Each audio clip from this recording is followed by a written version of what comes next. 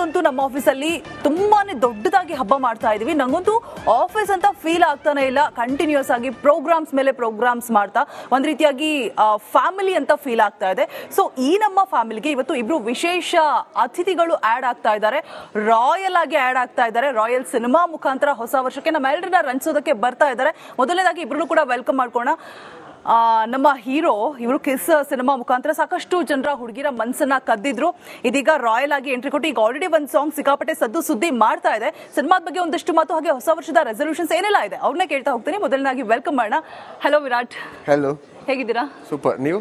Fine, super. Welcome to the show and happy new year. Thank you so much. ನಿಮಗೂ ಹಾಗೂ ನಿಮ್ಮ republic ಚಾನಲ್ನಲ್ಲಿ ಕೆಲಸ ಮಾಡ್ತಿರೋ ಪ್ರತಿಯೊಬ್ಬರಿಗೂ ಹಾಗೂ ವೀಕ್ಷಕರಿಗೆ royal new year. Thank you so much. And ಇನ್ನು ಈ ಬ್ಯೂಟಿ ಸಲಗಾ ಮುಖಾಂತರ ಸಿಕ್ಕಾಪಟ್ಟೆ ಸದ್ದು ಸುದ್ದಿ ಮಾಡಿದ್ರು. ತುಂಬಾ ಕ್ಯೂಟ್ ಆಗಿದ್ದಾರೆ. ನೋಡ್ತಾ ಇದ್ರೆ ಇನ್ನೊಮ್ಮೆ ಮತ್ತೊಮ್ಮೆ ನೋಡ್ತಾನೆ ಇರ್ಬೇಕಂತ ಅನ್ಸುತ್ತೆ. ನಗು ಮುಖದ ಚೆಲುವೆ ರಾಯಲ್ ಸಾಂಗ್ ಅಲ್ಲಿ, ಟಾಂಗ್ ಟಾಂಗ್ ಸಾಂಗ್ ಅಲ್ಲಂತೂ ರೆಡ್ ಗೌನ್ ಹಾಕೊಂಡು ಸಿಕ್ಕಾಪಟ್ಟೆ ಸೂಪರ್ ಆಗಿ ಮಿಂಚಿದ್ದಾರೆ. ದ ಗಾರ್ಜಿಯಸ್ ಸಂಜನಾ ಆನಂದ್ ನಮ್ಮ ಜೊತೆಗಿದ್ದಾರೆ. ಬನ್ನಿ ಅವ್ರನ್ನು ಕೂಡ ಕಾರ್ಯಕ್ರಮಕ್ಕೆ ವೆಲ್ಕಮ್ ಮಾಡೋಣ. Hello Sanjana. Hi, welcome to the show. Thank you so much. Happy new year. ನಿಮಗೂ ಕೂಡ wish you very very very happy new year. Thank you so much. And ಹೇಗೆ ಅನಿಸ್ತಾ ಇದೆ ನ್ಯೂ ಇಯರ್ ನಮ್ಮ ರಿಪಬ್ಲಿಕ್ ಸ್ಟುಡಿಯೋದಲ್ಲಿ ಸೆಲೆಬ್ರೇಟ್ ಮಾಡ್ತಾ ಇರೋದು? ಸಿಕ್ಕಾಪಡೆ ಖುಷಿ ಇದೆ. ಈ ವರ್ಷ ಹೆಂಗೆ ರಾಯಲ್ ಆಗಿ ಸ್ಟಾರ್ಟ್ ಆಗಿದೆ ಹಾಗೆ 24ನೇ ತಾರೀಕು ರಾಯಲ್ ಆಗಿ ಏನು ಕಂಟಿನ್ಯೂ ಆಗಲಿ, ಬ್ಲಾಕ್ ಬಸ್ಟರ್ ಆಗಲಿ ನಮ್ಮ ಸಿನಿಮಾ ಅನ್ನೋ ಹೋಪ್ ಇದೆ. So it's a good year 2025. ಇನ್ನು ವಿರಾಟ್ಗೆ ಎಷ್ಟು ಸ್ಪೆಷಲ್ ಅನಿಸ್ತಾ ಇದೆ ನ್ಯೂ ಇಯರ್ ನಮ್ಮ ರಿಪಬ್ಲಿಕ್ ಕನ್ನಡದಲ್ಲಿ ಸೆಲೆಬ್ರೇಟ್ ಮಾಡಿ? ತುಂಬಾ ಸ್ಪೆಷಲ್ ಆಗಿದೆ. ಅಂಡ್ ಈ ವರ್ಷ ಸ್ಪೆಷಲಿ ಮರೆಯಲ್ಲ ನಾನು ಈ ನ್ಯೂ ಇಯರ್ನ. ಏನಕ್ಕೆ ಅಂದ್ರೆ ನ್ಯೂ ಇಯರ್ ಸೆಲೆಬ್ರೇಷನ್ ಈ ಟೈಮಲ್ಲಿ ನಮ್ಮ ರಾಯಲ್ ಮೂವಿ ರಿಲೀಸ್ ಆಗ್ತಾ ಇದೆ. ಅದು R. ಅಂದ್ರೆ ರಿಪಬ್ಲಿಕ್ ಚಾನೆಲ್ ರಿಲೀಸ್ ಆಗ್ತದೆ. ಸೊ ರಾಯಲ್ ಆಗಿ ನಮ್ಮ ಪಬ್ಲಿಕ್ ಸೇರ್ಲಿ ನಿಮ್ಮ ರಿಪಬ್ಲಿಕ್ ಚಾನೆಲ್ ಮೂಲಕ. Thank you. ಅಂಡ್ ಇಬ್ರಿಗೂ ಕೂಡ ಆಲ್ ದ ವೆರಿ ಬೆಸ್ಟ್ ಅಂತ ಹೇಳ್ತಾ ಮೂವಿ ಬಗ್ಗೆ ಒಂದ್ ಸ್ವಲ್ಪ ಮಾತನಾಡ್ತಾ ಹೋಗ್ತೀನಿ. ಅದಕ್ಕಿಂತ ಮೊದಲು ಈಗ ನ್ಯೂ ಇಯರ್ 2024 ಇಂದ 25 ಬರ್ತಾ ಇದೀವಿ ಅಂತ ಹೇಳಿದ ತಕ್ಷಣ ಏನ್ ರೆಸಲ್ಯೂಷನ್ಸ್ ಇದೆ ಅಂತ ಪ್ರತಿಯೊಬ್ರು ಕೂಡ ಯೋಚನೆ ಮಾಡಿರ್ತಾರೆ. ಪ್ರತಿಯೊಬ್ರು ಕೂಡ ಅದೇ ಕ್ವೆಶನ್ಸ್ ಕೇಳಿರ್ತಾರೆ ನಿಮ್ಗೆ ಆಲ್ಮೋಸ್ಟ್ ಅಂತ ಬಯಸ್ತೀನಿ. ಬಟ್ ನಾನು ಹಾಗೆ ಕೇಳಲ್ಲ.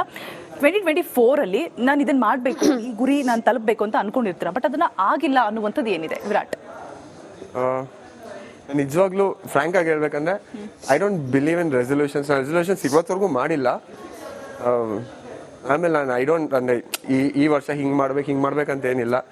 ನಂದು ಒಂದು ಲಾಂಗ್ ಟರ್ಮ್ ಲೈಫಲ್ಲಿ ಒಂದು ಗೋಲ್ ಇದೆ, ಟುವರ್ಡ್ಸ್ ಮೂವ್ ಆಗ್ತಾ ಇದ್ದೀನಿ. ಸೊ ಪ್ರತಿ ಮೂಮೆಂಟು ಪಾಸಿಟಿವ್ ಆಗಿ ಅಟ್ಲೀಸ್ಟ್ 1% ಚೇಂಜ್ ಆದ್ರೂ I will be happy. So no resolution for me. Super. Sanjana?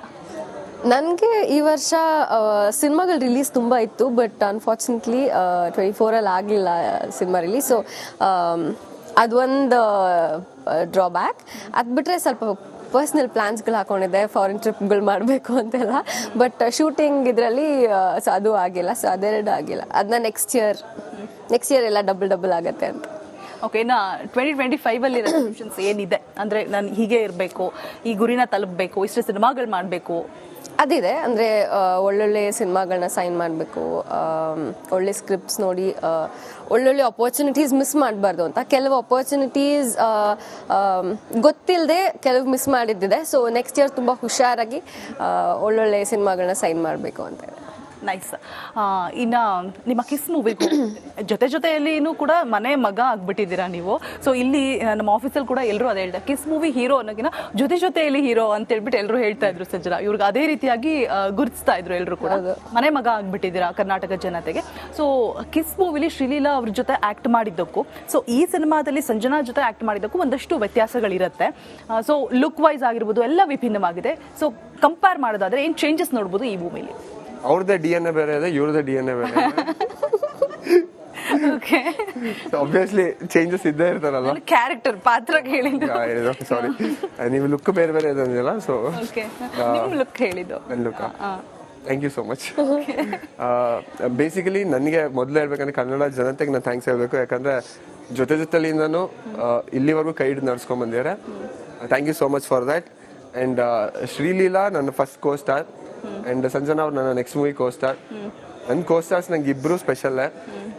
But Sreeleela ಜೊತೆ ನಾನು ಡೆಬ್ಯೂ ಮಾಡಿರೋದ್ರಿಂದ we both were like kids ತರ. ಲೈಕ್ ನಾನು 21 ಇದ್ದೆ, she was just 17. So that time it started like ನಮ್ಮ movie journey.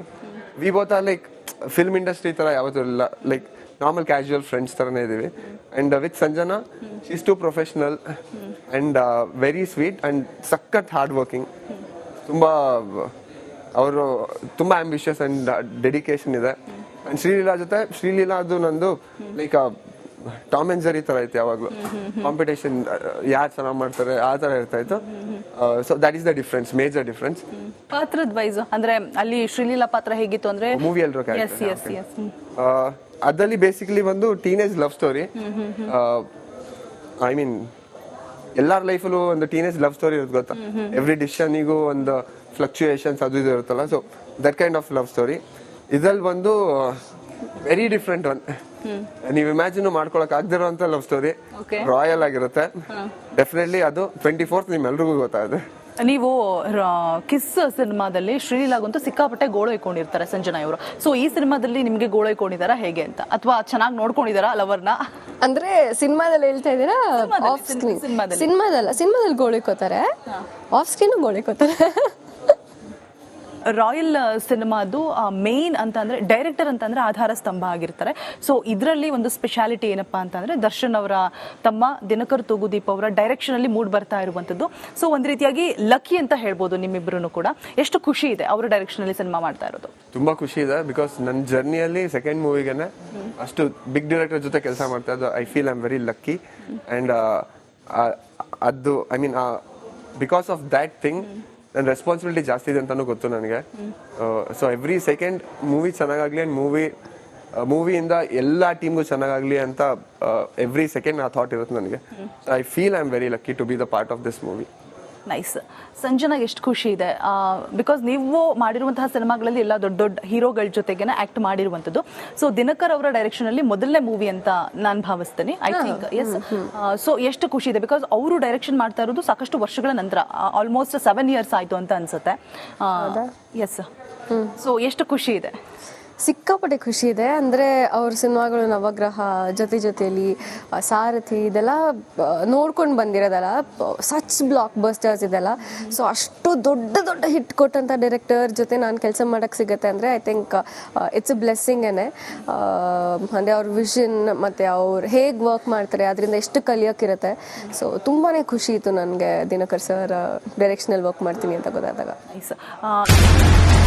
ಒಂದು ವರ್ಷ ಕಳೆದ ಒಂದೇ ವರ್ಷದಲ್ಲಿ ಚುನಾವಣೆಗಳು, ರಾಜಕೀಯ ತಂತ್ರ ಪ್ರತಿತಂತ್ರಗಳು, ಅಭಿಯಾನ, ಜನಪರ ಅಹೋರಾತ್ರಿ ಹೋರಾಟಗಳು, ಪಾರದರ್ಶಕ ವರದಿಗಾರಿಕೆಯ ಪಣ ತೊಟ್ಟು ಮುನ್ನಡೆದಿದ್ದೇವೆ. ಒಂದು ವರ್ಷದ ಸಂಭ್ರಮದ ಜೊತೆಗೆ ಜವಾಬ್ದಾರಿ ಕೂಡ ಹೆಚ್ಚಾಗಿದೆ.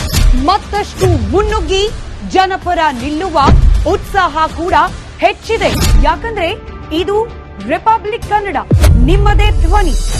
1 ವರ್ಷದ ನಿರ್ಭೀತ ಪತ್ರಿಕೋದ್ಯಮ ರಿಪಬ್ಲಿಕ್ ಕನ್ನಡ, ಇದು ನಿಮ್ಮ ಧ್ವನಿ.